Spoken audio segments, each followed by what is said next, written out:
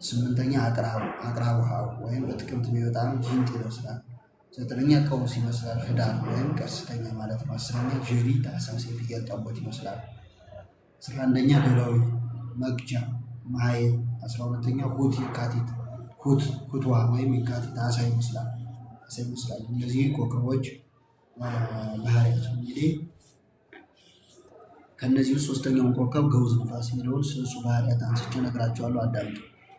እንግዲህ ገውዝ ነፋስ ማለት ግንቦት 14 ቀን የሚወጣ ኮከብ ነው። ነገሩ ዶርዝ ጥንድ ነፋስ ማለት ነው። በቀበሮ በዋልያ ይመሰላል። ይህ ኮከብ ያለው ሰው ጸጥታ የለውም፣ ብልህ ነው፣ መሰሪ ነው፣ ጥዑመ ልሳን ነው፣ ራሱን ጠባቂ ነው፣ ድምፁ ከባድ ነው፣ ከበድ ያለ ቀልደኛ፣ ዋዛ አዋቂ ነው።